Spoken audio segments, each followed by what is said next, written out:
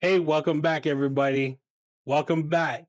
If you guys see my last video, I talk about how the newer agents should set their goals, figure out the why, the purpose of what they're looking to achieve, become a real estate agent, right? Today, we're going to talk about the contracts, mainly focusing on the three main contingency and the initial deposit. I believe once you learn this, it gives you more confident to have a conversation with your clientels, right? So let's jump right into it. What is initial deposit? Initial deposit is usually called the EMD or a good faith deposit, right? And this deposit is usually typically is between 1 to 3% of your purchase price, right? Um, Once the offer get accepted, this amount usually had to be wired into escrow within 3 days of acceptance, right? Um, you standard at default is 3 days. Usually, if you want the offer stronger, you can reduce the time frame, but we could talk about that later. Um, is the deposit refundable, and how does it work?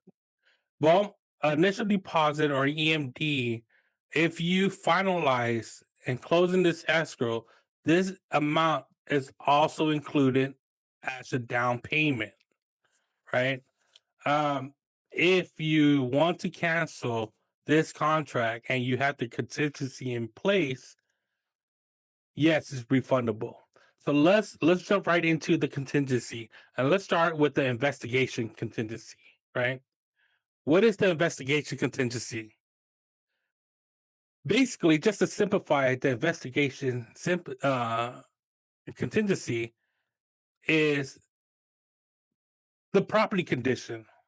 You have a default a 17 days deadline to remove this contingency, right? This is when you hire and do a home inspector or a professional like the roofer, electrician, or a plumber or foundation specialist to satisfy to your satisfaction, right?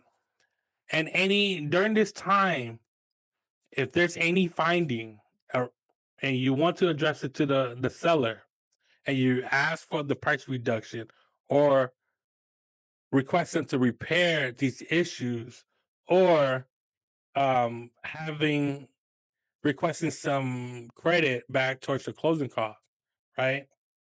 If for any reason you guys both party does not come with an agreement and you still have this investigation contingency in place, then you're able to back out from this transaction and get your initial deposit back, right?